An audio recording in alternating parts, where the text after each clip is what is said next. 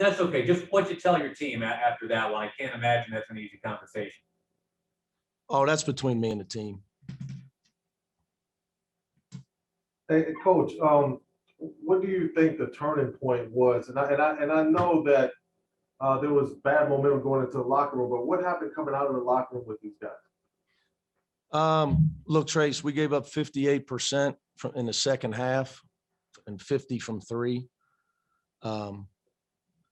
You know, we knew Ethan Thompson was going to put his head down. If he lost, today was his last game.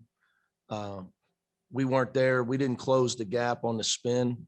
I've failed to get the job done, Tracy, do you want to know the truth, defensively with this team.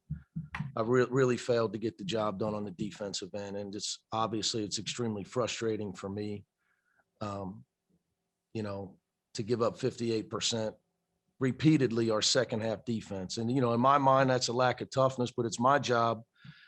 It's my job to find five guys that can get some stops, you know, as a collective group. Obviously, you know, you can point to free throws. You can point to the fact that we got good shooters that can't make a shot. You know, with the construction of this team, Tracy, if we don't shoot the three well, we're just not tough and athletic enough to win with defense. And that's off a big sample size, right? You've seen us. It's just hard for us to grind out victories on the defensive end. You know, I'm just giving you like the macro perspective of our team, not this game. You know, we've got to be able to, we got guys that are, you know, better shooters than they are defenders. We got to make shots. Now, we made a mistake. I mean, look, you know, to your point, turning point, to me, the first play of the second half, we put in no effort defensively at all. And just let Thompson jump up and shoot a three like you know, like he was just going to go down on his last college game, just on the right wing, away from their bench. You know, we had 16 deflections, Trace, at halftime, but we had 16 with 5 minutes left in the first half. The last 40, we played five to end the half, 20 in the second half, 5 in overtime. In the last 30 minutes, we had 5 deflections. Wow. In the first 15 minutes, we had 16. So our defensive effort is inconsistent. And that's our problem. You know, the turning point is we refuse to get in a stance and get stops. Mick, we know you got the rest of the media waiting on you. Please feel free to go ahead. We'll hopefully see you in Indianapolis. Thanks so much for your time. Appreciate it, my friend. All right, guys. Thank you. Thanks, Mike. All right, that's Mick Cronin. And okay, we'll open it up to other questions for Coach. Let's go to Ben Bolch. Hey, Mick, I heard what you said there about defensive toughness, but do you feel like maybe your guys got a little bit tight there in the second half, given what preceded this game and kind of a familiar? No, not at all, Ben. And I know where you're going with it, buddy. I just don't believe in that. Not at all. Not at all. This is a new season, you know, and we wiped the slate clean on Monday. Today's a new season. It's a different tournament. You know, to me, that had absolutely nothing to do. I don't believe in excuses at all. You know, I'm not buying into that one. I just think we got to, again, it's on me, Ben. You know, I got to be able to get some guys that can get some stops at winning time. And we just can't, you know, look at their second half stats. It's impossible to win. You give up 58%, 50 from three, and 10 made free throws. It's, I mean, literally impossible. Tracy, go ahead. Hey, Mick, I don't know if you thought that was me before, but that wasn't me asking those questions. But Jules Bernard led you in scoring. He did a lot of things and then made some mistakes.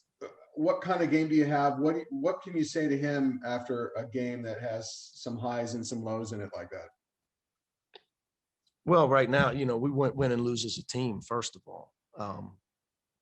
You know, since Chris has gone down and Johnny was out early, you know, Jules has been rock solid for us all year. You know, he plays 38 minutes tonight. 7 to 13 from the field, 10 rebounds. So he's by far our best perimeter defender. So he's got to keep his head up and keep getting better. He gets better because he works hard in practice. Every day, his efforts by far the most consistent of any guy on our team. That's why he's improved the most since I've gotten here. How tough of a matchup was Zalatisha? It seemed like he was able to do some things just because of his size and athleticism. Yeah, we knew he was going to be a problem. But our game plan was to not let him catch it in the low post. We failed miserably at that.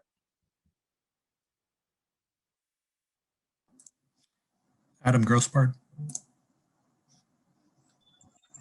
Nick, what's your level of concern that these last 4 games will impact the team's standing with the selection committee on Sunday?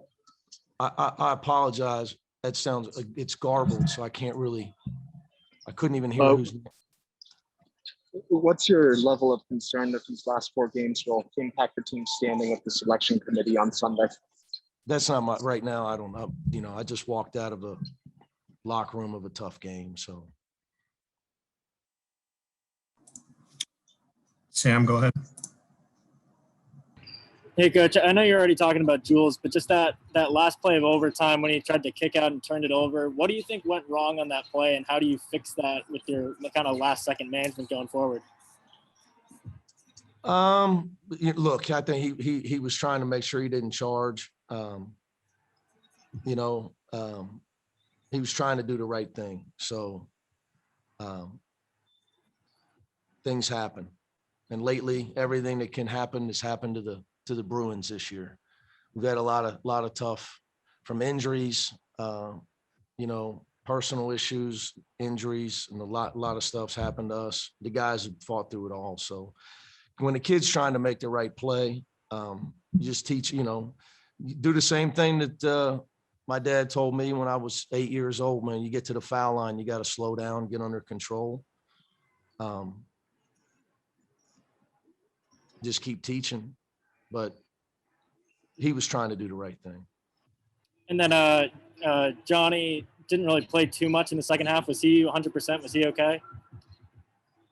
I wouldn't say he's 100% by any stretch. I think he was getting fatigued and it was killing him defensively because he had been hadn't practiced.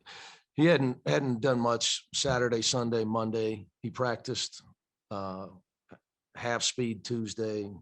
We tried to baby him as much as possible to get him to game time. Any other questions for Coach? Ben, go ahead. How will you handle these next few days? Are you guys going to take them off? Are you going to get back together and practice? How will you kind of handle it? Really hadn't thought about that when Ben didn't plan on not playing tomorrow. So we'll figure things out. We'll definitely watch some film and continue to try to improve. But as far as, conditioning and at some point, I mean, even if tomorrow we'll at least watch film, I would say off the top of my head, but it's hard for me to say, Banks. I hadn't really planned it out, probably be filmed tomorrow and then back, start trying to build back up. I'm a big believer in individual instruction. So even if we're not killing each other in practice setting, it's late in the year, got to get in the gym and continue to improve guys' skill level and their shooting. Because right now, it's hard for us to win games when we don't make open shots from our best shooters.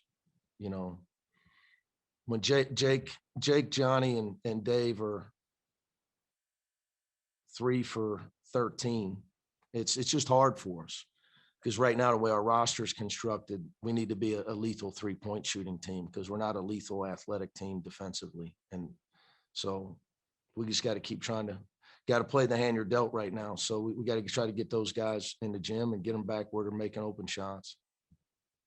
And obviously Cody's he's been great for us all year, but today was by far not his best game, as you know.